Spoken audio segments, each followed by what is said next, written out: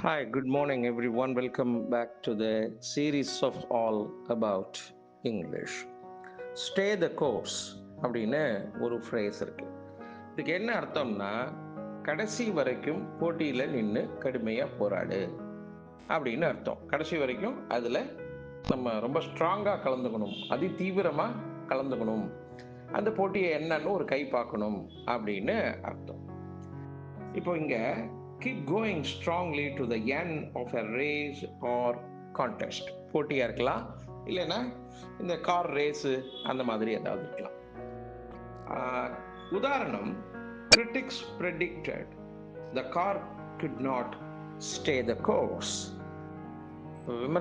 விமர்சனம் பண்ணுறவங்களாம் என்ன சொல்கிறாங்க, விமர்சகர்கள் என்ன சொல்கிறாங்க, இந்த காரு கடைசி வரைக்கும் தாங்காது, இது போட்டியில் வின்னோவர் ஆகாது அப்படின்னு நினைக்கிறாங்க. ஏன்னா அது அவ்வளவு ஸ்ட்ராங்காக அது கம்பீட் பண்ணலை, ஏதோ ஏனோ தானோன்னு ஓடிட்டு இருக்கு அப்படின்னு சொல்கிறாங்க.